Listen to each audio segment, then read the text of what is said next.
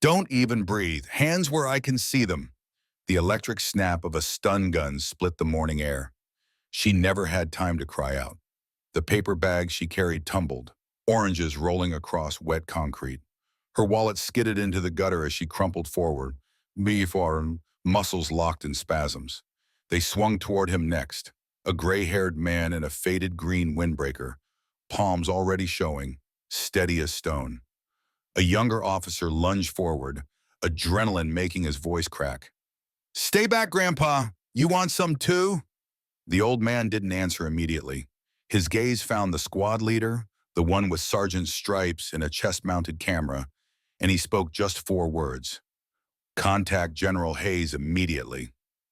Everything stopped. Weapons stayed raised, but nobody advanced. The morning seemed to hold its breath.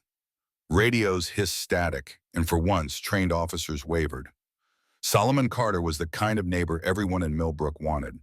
At 76, he kept the tidiest yard on Cedar Avenue, fixed bicycles for free in his garage, and never missed trash day. His small ranch house had blue shutters that needed paint and a mailbox that leaned slightly left, but inside everything worked perfectly. He'd lived there 22 years, ever since retiring from whatever government job had brought him to town. Nobody pressed for details. Solomon fixed their lawnmowers, helped carry groceries, and showed up whenever someone needed an extra pair of hands. That was enough. Every Thursday morning, he drove to the Veterans Center and repaired mobility equipment. Every second Saturday, he sat with troubled kids at the community center, not lecturing, just being present. His routine never varied. Morning coffee, neighborhood walk, afternoon projects, evening news with his wife, Margaret. Margaret was his compass. After 48 years together, they moved like dancers who knew every step by heart. She understood the parts of his life he couldn't discuss, the classified operations, the decisions that saved some lives while haunting others, the weight of secrets that would die with him. Those stories lived in their silence, acknowledged but never examined. They'd raised no children, built no empire. They just lived quietly, him fixing what broke, her keeping life gentle. That morning had started normally. Solomon had just helped young Tyler from next door patch his bike tire. Margaret had walked to the corner bodega for fresh fruit.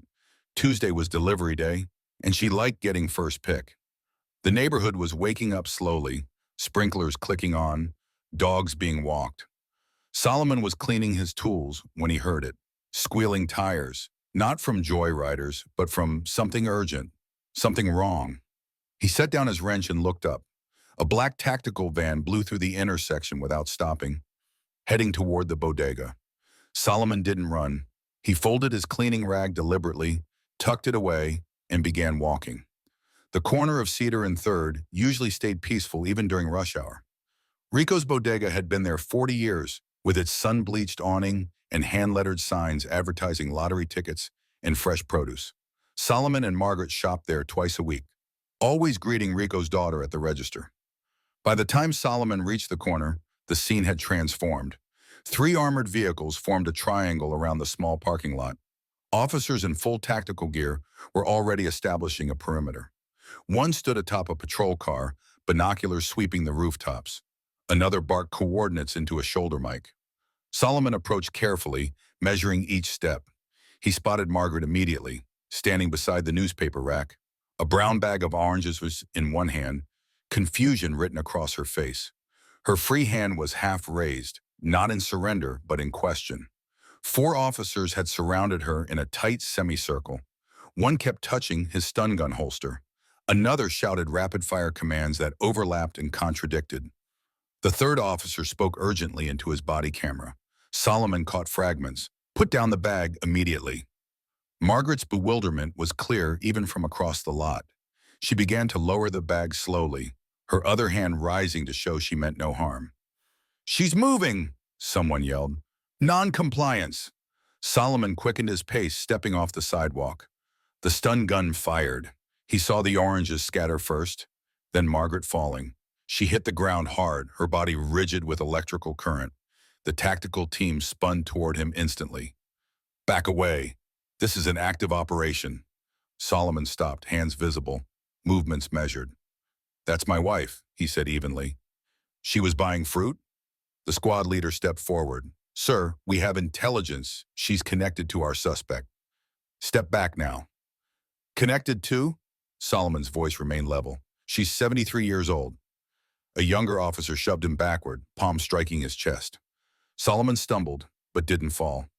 Across the lot, Margaret lay motionless except for small tremors. The stun gun prongs remained embedded near her shoulder. Her favorite blue cardigan was torn. Her reading glasses lay cracked beside the curb. Face the vehicle, someone commanded. Solomon turned slowly, placing his palms on the warm hood. Plastic zip ties bit into his wrists. Behind him, Margaret made a small sound. Not quite a word, just acknowledgement of pain. She has diabetes, Solomon said. The shock could trigger. Should have thought of that before resisting. The officer cut him off. Solomon closed his eyes briefly. When he opened them, he looked directly at the sergeant in charge and spoke clearly. Contact General Hayes immediately. The sergeant's expression shifted. What did you say? General Hayes, Strategic Operations Command. Tell him you have Solomon Carter. Someone laughed nervously. Right, you know a general. Solomon's voice dropped lower. Check your dispatch address. This is 447 South 3rd. Your target is 447 North 3rd. Different district entirely. The laughter died. A younger officer fumbled with his tablet, face draining of color. My inside jacket pocket, Solomon continued. Left side, there's identification you need to see. The sergeant hesitated, then nodded to a senior officer. Careful fingers reached into Solomon's jacket, extracting a black leather case. Inside lay a metal badge, worn smooth at the edges but unmistakable to anyone with security experience. Not military, not standard federal. This was Shadow Tier authorization. The officer stepped back reflexively. Sarge, this is... I know what it is, the sergeant said quietly. Everything changed in that moment. The shouting ceased. Weapons lowered slightly. The radio chatter shifted from commands to questions. Run the address again, the sergeant ordered. Confirm location now. Two officers huddled over tablets and radios. The morning breeze scattered Margaret's fallen oranges across the asphalt. She'd managed to curl onto her side, breathing shallow but steady. Jesus Christ, someone whispered. We're at the wrong address. The sergeant faced Solomon directly. Who exactly are you? Someone who wrote the protocols you just violated, Solomon answered. Whispers rippled through the team. An older officer recognized the implications first. Solomon Carter. He authored the domestic intervention guidelines, the classified ones. Get medical here now, the sergeant barked. Someone cut Solomon's restraints. He knelt beside Margaret immediately, checking her pulse, speaking her name softly. Her eyes fluttered open, unfocused, but responsive. I'm here, he told her. You're safe. The medic arrived within minutes, moving with newfound urgency. Across the lot, the youngest officer stood frozen, still gripping the discharged stun gun. Get command on the line, someone said. No, higher than that. Get the general himself. The wait felt endless, but lasted only 15 minutes. The tactical vehicles remained, but their occupants now stood in uneasy clusters, weapons holstered, authority evaporated. Neighbors gathered at safe distances, phones recording everything. A black sedan arrived without fanfare. No sirens, no markings, just wait. The man who emerged wore civilian clothes but carried himself like he owned the ground he walked on. General Michael Hayes, silver temples, sharp eyes, a career built in shadows. He walked past the entire tactical unit without acknowledgement. Straight to Solomon. Their eyes met. Hayes raised his hand in a precise salute. Solomon returned it slowly, rust in the gesture. They told me you were dead, Hayes said. Only professionally, Solomon replied.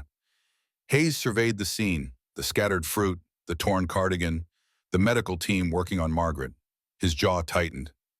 Commander, he called without turning. The sergeant approached reluctantly. You didn't apprehend suspects, Hayes said, voice carrying despite its quiet tone. You assaulted a level 9 clearance holder and his wife at the wrong location. Sir, our intelligence indicated. Your intelligence was wrong. Your verification was absent. Your judgment was catastrophic. Hayes finally turned. This man designed the very playbook you claim to follow. Silence spread like spilled water. Even the neighbors stopped whispering. Hayes focused on the young officer still holding the stun gun.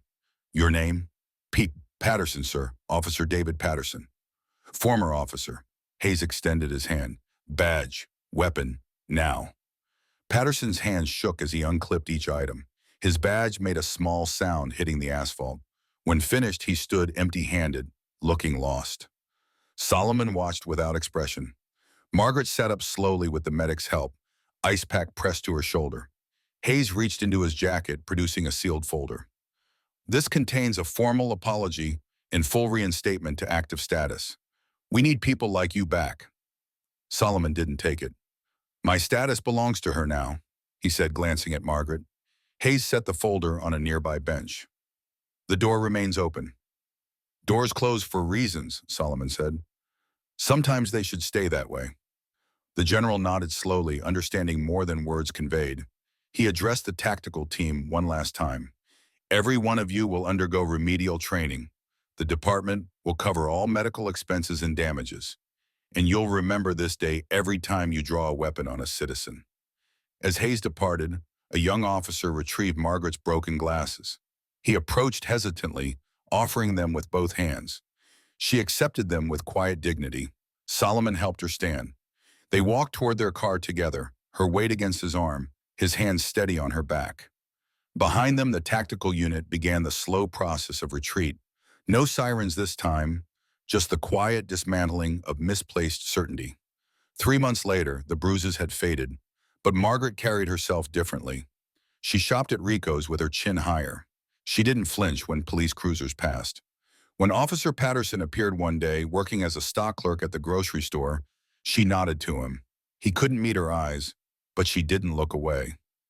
The folder from General Hayes remained unopened on Solomon's workbench, gradually covered by newer projects. Some offers answered themselves through silence. Life resumed its rhythm.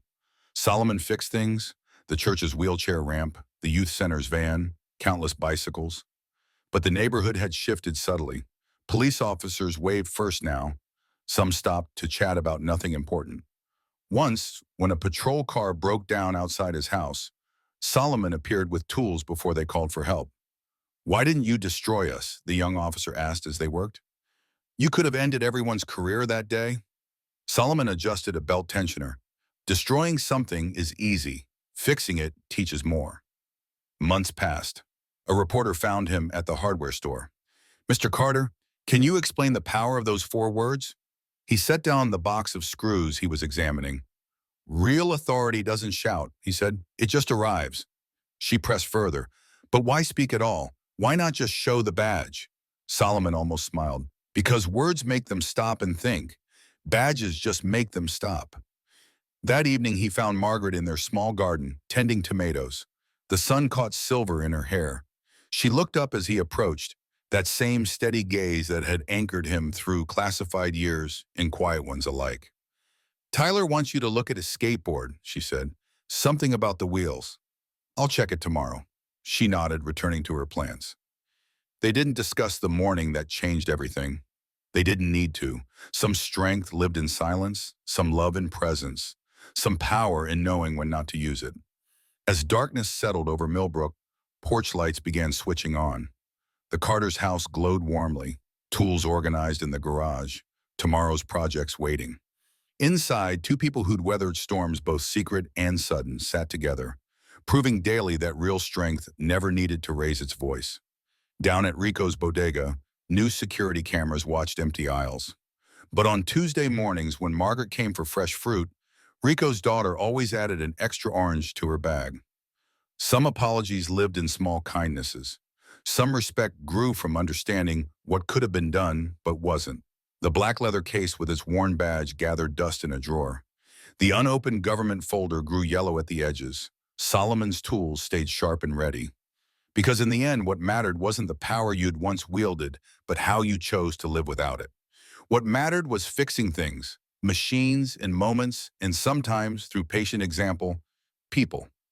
Solomon Carter remained what he'd always been, a neighbor who helped, a man who fixed what broke, a husband who walked beside his wife.